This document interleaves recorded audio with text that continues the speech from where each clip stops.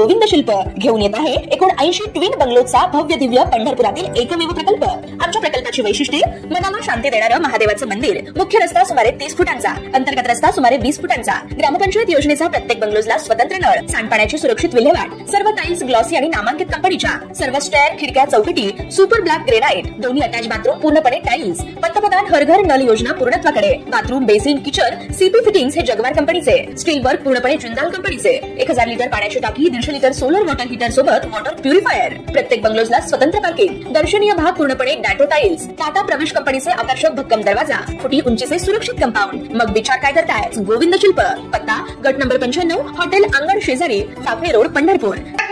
पाहण्यासाठी आमच्या YouTube चॅनलवरील PVR म्हणजेच पंढरी वार्ता या न्यूजला सबस्क्राइब करा आणि शेजारील बेल आयकॉनवर क्लिक करा।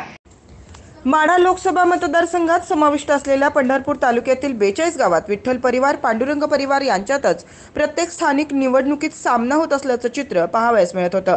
2007 मध्ये मतदारसंघ पुनर्रचना झाल्यापासून आमदार बबनदादा शिंदे हेच आमदार म्हणून विधानसभेत प्रतिनिधित्व करत आहेत आणि याच 42 गावात आमदार बबनदादा शिंदे समर्थक म्हणून आणखी एक तिसरा गट हळूहळू उदयास येत गेला आहे। नव्याने निर्माण झालेल्या या शिंदे समर्थक गटाला विठ्ठल परिवार आणि पांडुरंग परिवारातील काही पुढारी देखील सक्रिय असतात। मात्र या लोकसभा निवडणुकीच्या प्रचाराच्या निमित्तानं काल पांडुरंग परिवाराने करकम येथे घेतलेल्या मेळाव्यात बोलताना पांडुरंग परिवाराचे नेते प्रशांत परिचारक यांनी या निवडणुकीत परिचारक समर्थक आणि बबनदादा शिंदे समर्थक यांचे वेगळे पाल पडणार आहे असं स्पष्टपणे सुनावत या मागील कारणेही सांगितली आहेत। पहा काय म्हणाले माजी आमदार प्रशांत परिचारक। आमदार नसतील आपला तर आहे नाही त्यामुळे कोणाचा विचार करू तेव्हा मोठ्या मार्गाचा आदेश आहे असं समजून आपल्याला काम करायचं आहे आणि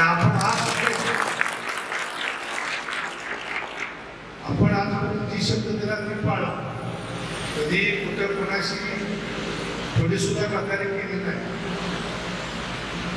तुम्ही आता घेतलं घेतल्यानंतर कुठलीही निगेटिव्हिटी डोक्यात ठेवू नका। आपल्याला कामच करायचे, मदत द्यायची, बबनदादाची माणसं बबनदादाची सांगतील त्या पद्धतीने काम करतील, अजून कोणाचे असतील त्या पद्धतीने काम करतील। आपण आपला आपला परिवार म्हणून काम करायचं आहे। बबनदादा नाही सांगितलेलं आहे की तुमच्या लोकांची तुम्ही वेगळी मिटिंग घ्या, तुमचं पाल वेगळं मांडा। खासदार साहेब आमचं पाल आम्ही वेगळं मांडणार। तुम्हालाही कळलं पाहिजे कोण कुठल्या पदावर जातं।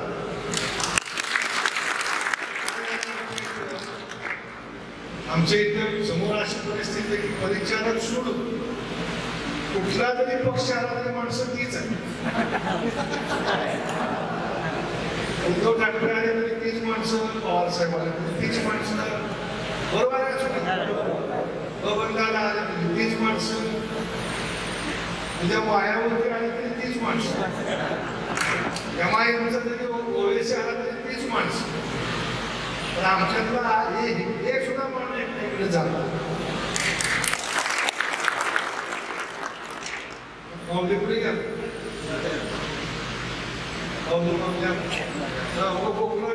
म्हणून आपण आपल्या आपल्या पार्टीची मिटिंग आपण निघली बबनदादा मी स्पष्ट सांगितलं सगळी माणसं तुम्हालाही कळू दे, तुमच्याकडे येणारी माणसं उद्याच्या निवडणुकीमध्ये कुठं असणार आहे स्पष्ट बोलू, तुमच्या समोर बोलू आणि शेवटी कसं आहे का आपल्याला काय झापून अंधारात काय करायचं आणि आपला बाप बहुत खंबीर आहे, काळजी करू नका। उद्या तुम्हाला आज माझ्याबरोबर कुणी जरी नसले तरी मी तुमच्या बरोबर आपलं अस्तित्व आहे, आपला पक्ष आहे। त्या सगळ्याच्या अगोदर आपण भाजपत गेलो का नाही? सगळ्याच्या अगोदर आपण गेलोय, नंतर सगळे आहे। दुर्दैव आपलं सरकार बाहेर बनलं, 2-2.5 वर्ष आपण 3 वर्ष वाया गेली, तरी सुद्धा तुमचे जे काही प्रश्न असतील ते प्रश्न आपण मार्गी गेलो। आज बबनदादा आपल्या बरोबर आहे, संजय मामा आपल्या बरोबर आहे, सगळी मंडळी आपल्या तेव्हा आपण सगळेजण मिळून काम करूया, एवढंच या निमित्तानं आपल्या सगळ्यांना आव्हान करतो।